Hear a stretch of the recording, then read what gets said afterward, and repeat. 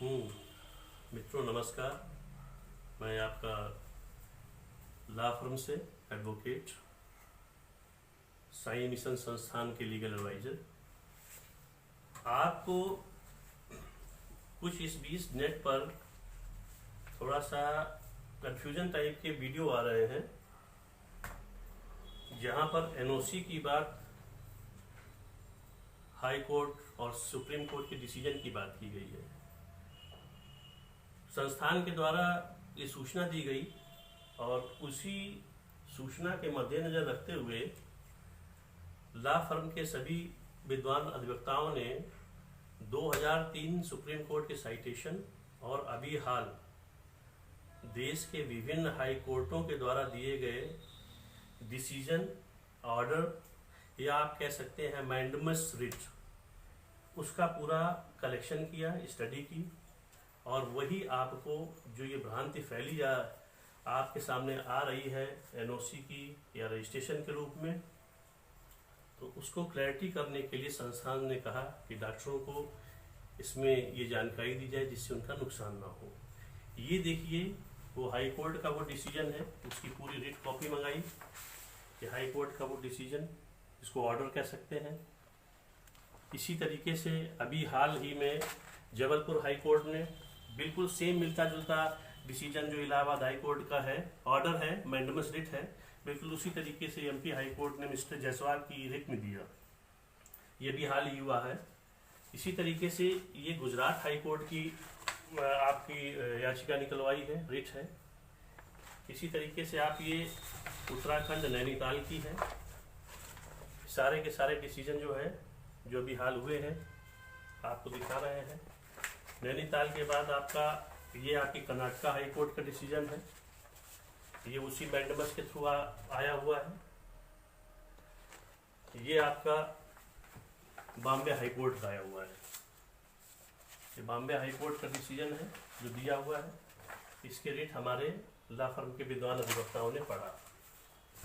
पढ़ने के बाद ये देखा गया कि लगभग सभी में जिस चीज़ को आप लोग आर्डर कह रहे हैं, एक्चुअल में आर्डर नहीं है, वो परमादेश है, वो मैंडमस रिट है। जैसे ये आपको इलाहाबाद की आपको मैंने दिखाई थी। आज जो है वीडियो में इलाहाबाद कोर्ट का ही सारा आप डिसेक्शन कह दें या उसके प्लस माइनस कह दें, उसको दिखाया जा रहा है कि किस तरीके से इलाहाबाद हाई कोर्ट के डिसीजन को आधार मान के या उसके आर्डर को आधार मान के आपके अन्य हाई कोर्ट में केस डाले गए हैं और उनका उसी तरीके से डिसीजन आया है जैसे अन्य हाई कोर्ट में आ रहा है। अब हम आपको दिखाते हैं।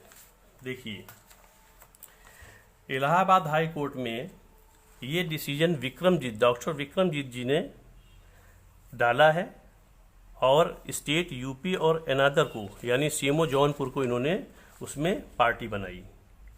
इनका केस जो है आप समझ लीजिए 11/1/2018 को इन्होंने डाला है और 18/1/2018 को इनका डिसीजन हो गया है। मात्र 9 दिनों में ये डिसीजन आ गया। मित्रों सोचो ये डिसीजन इतनी जल्दी कैसे आ सकता है? क्या पक्ष ने विपक्ष को सारी संज्ञान दिया? वहां पर सरकार की ओर से सीएससी का कोई एडवोकेट भी नहीं आया और उसी को आधार मानते हुए पहली तारीख में ही कोर्ट ने उसमें से अपना एक एप्रोप्रिएट 5 लाइनों का निर्देश दे दिया। इसको आप जजमेंट या ऑर्डर ना माने, निर्देश माने। वो आपको हम पढ़ के सुना रहे हैं, सुनिए।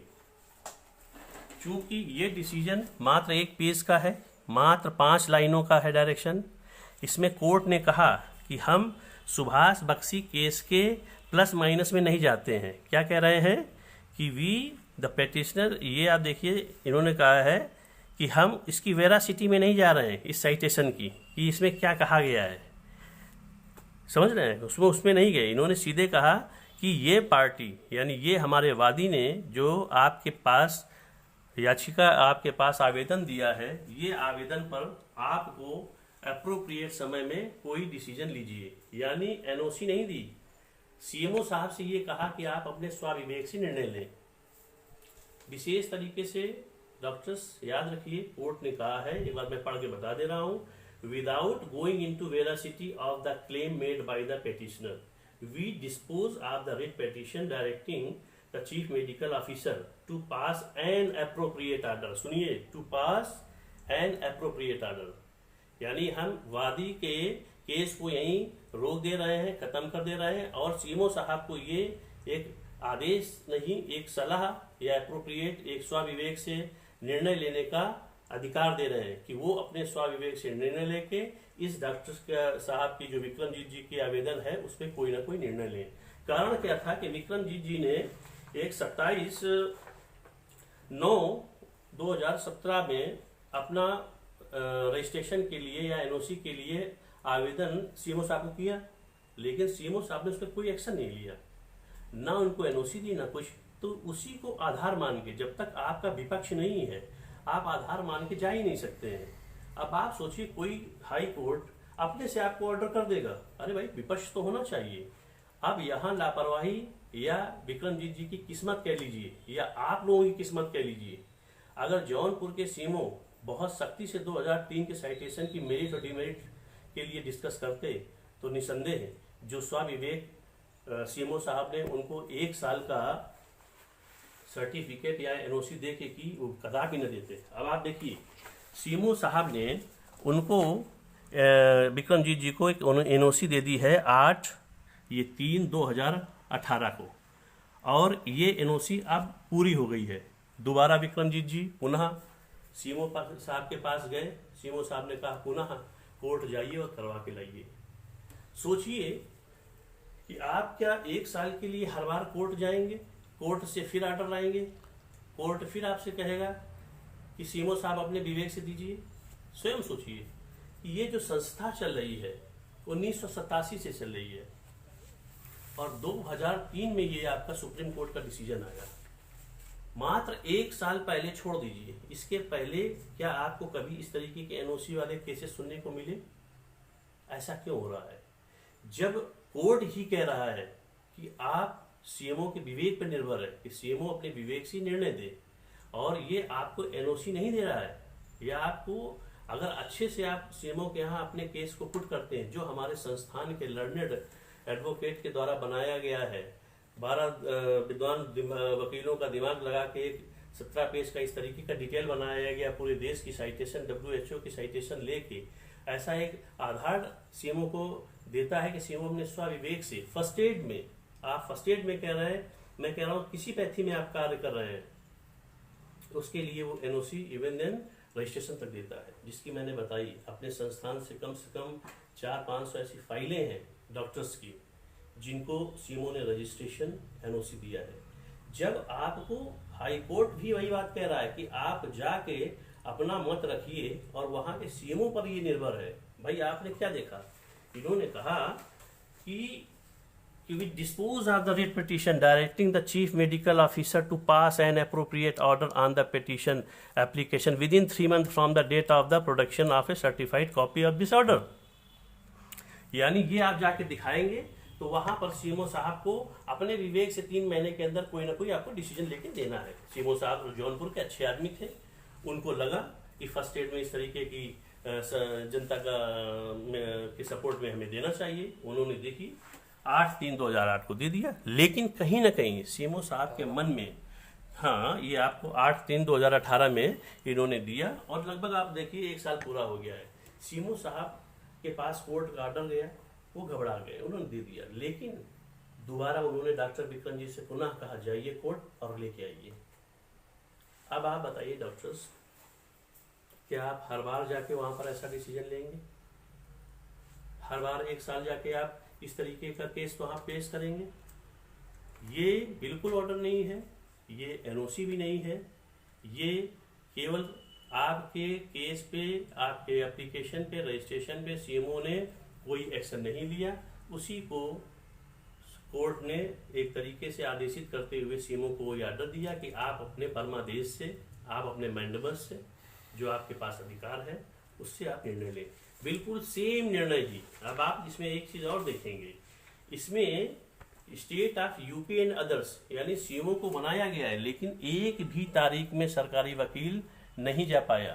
क्यों? क्योंकि सरकारी सीएससी की थोड़ी लापरवाही रही। अगर ये केस में 2003 के साइटेशन का डिस्कशन होता तो ये डिसीजन कुछ और होता। तो मित्रों, कहना ये चाह रहा हूँ कि आपको 2003 का सुप्रीम कोर्ट का डिसीजन ने थोड़ी सी उपहार स्वरूप कुछ अधिकार दिए हैं, तो उनको इस तरीके से अनजाने अनुभव जो व्यक्तियों को नहीं है बार बार कोर्ट में जाएंगे। कोई संस्थान क्या 400 डॉक्टरों का जाके रिटे लगा के एक ऑर्डर करा सकता है? अगर करा रहा है, किसी भी दिन प्रशासन जागा, कोई सीएमओ अगर 2003 के मेरिट पे उसने डिस्कशन कर दिया, तो मित्रों आपको ये जो फर्स्ट एड का अधिकार मिला है, उपहार स्वरूप, अधिकार नहीं कह रहा हूँ, ये छिन जाएगा। मैंने आपको पहले ही चेतावनी लेटर जारी किया था। आप सोचिए 1987 से संस्थान चल रहा है, अचानक ही ये साल भर के अंदर ऐसे संस्थान आ गए हैं, इनका आपने कभी नाम सुना है? कभी नहीं सुना है। इनका लक्ष्य केवल एक है, धनोपार्जन। किसी भी तरीके से आप हमारे पास आ जाएं। इस तरीके से आधे अधूरे अज्ञान टाइप के ये वीडियो डाल देते हैं। अब आप समझिए, जैसा ये हाई कोर्ट का डिसीजन है, डिसीजन नहीं, बिल्कुल सेम डिसीजन आपका जबलपुर का है। उन्होंने भी सीएमओ के विवेक पे दिया है। क्यों? क्योंकि आप अधिकार नहीं मांग रहे हैं। वहां पर आपको मैं बताता हूं, ये जो विक्रमजीत जी ने अधिकार नहीं मांगा, वहां ये कहा है कि हमने आपके वहां जो एप्लीकेशन रजिस्ट्रेशन के लिए दी है या नो ऑब्जेक्शन सर्टिफिकेट के लिए दी है, उसमें सीएमओ साहब कोई एक्शन ले। बस कोर्ट ने ये कहा है कि सीएमओ अपने विवेक से एक्शन ले। यही सेम केस आपके जायसवाल वाले केस में जो भी 20 तारीख का डिसीजन जबलपुर का हुआ, उसमें कहा है। यही सेम डिसीजन आपके गुजरात में कहा है। यानी इसको डिसीजन नहीं, एक डायरेक्शन है। तो आप ये देख लीजिए, 19 पेज का ये आपका डिसीजन है, ये इलाहाबाद हाई कोर्ट का। चूंकि आज इलाहाबाद हाई कोर्ट को ही हमने टारगेट लेके कहा कि आपको पूरा ब्यौरा दें कि जिस कोर्ट को डिसीजन को आप ये मान रहे हैं कि हम जाके पूरे प्रशासन से लड़ जाएंगे, तो मित्रों गलती बिल्कुल मत करना। ये साइटेशन 2003 की है। अगर यही करना होता तो आज 16 साल तक डॉक्टर क्यों चुप बैठे रहे? क्योंकि सभी डॉक्टर ने विवेक से समझ रहे हैं कि ये एक ऐसा अधिकार मिला है आपके जीवन यापन का। आप इसको एमसीआई से या प्रशासन से या स्टेट के मेडिकल बोर्ड से लड़ाई झगड़े के मूड में मत आइए। निसंदेह आज की तारीख नोट कर लीजिए। जिस तरीके से आप एनओसी के लिए सभी जगह डॉक्टर्स लोग प्रशासन को डिस्टर्ब कर रहे हैं, तो निसंदेह ये अधिकार किसी दिन अगर फुल बेंच बैठी तो 2003 की साइटेशन पलट जाएगी और सभी से अधिकार छिन जाएगा। ये आज की तारीख नोट कर लीजिए, और जब हो जाए तो इसी वीडियो को खोल के देखिएगा। इसीलिए मैंने पहले चेतावनी और पहले वीडियो डाल के दिया है। नए नए लड़के हैं, 18-19 साल की उम्र है। अरे मैं इस संस्थान से 19 साल 2000 से लीगल एडवाइजर के रूप में जुड़ा हुआ हूँ। उन लड़कों की इतनी उम्र नहीं है, कोई जानकारी नहीं है। अगर हाईकोर्ट का ये डिसीजन, जिसको मैंने आपको ये बताया, इसको आप डिसीजन मानते हैं, किसी भी लर्नेड एडवोकेट से छोड़िए, विद्वान अधिवक्ता छोड़ दीजिए, सिंपल अधिवक्ता से दिखा दीजिएगा और ये पढ़ा दीजिएगा, वो बोलेगा भाई साहब ये केवल एक डायरेक्शन है, कोई ऑर्डर नहीं है, ये केवल सीएमओ के विवेक पे है। जब आप सीएमओ का विवेक ऐसे ही सम्मानपूर्ण तरीके से 2003 की साइटेशन, जिसको हमारे लर्नेड एडवोकेट ने इस तरीके से लिख के आपको दिया है, आपको इस तरीके से कागज बना के पूरे देश की WHO तक की साइटेशन, मित्रों इसमें पूरे देश की साइटेशन के अलावा पूरे विश्व के कोर्सेज का रेफरेंस है, और वो आधार है जिसको पढ़ने के बाद सीएमओ दे देता है। एक बार भी सीएमओ क्वेश्चन नहीं करता। आप जाएंगे, ये संस्थान इन्हीं कागजों का आधार बना के आपको दे रहे हैं।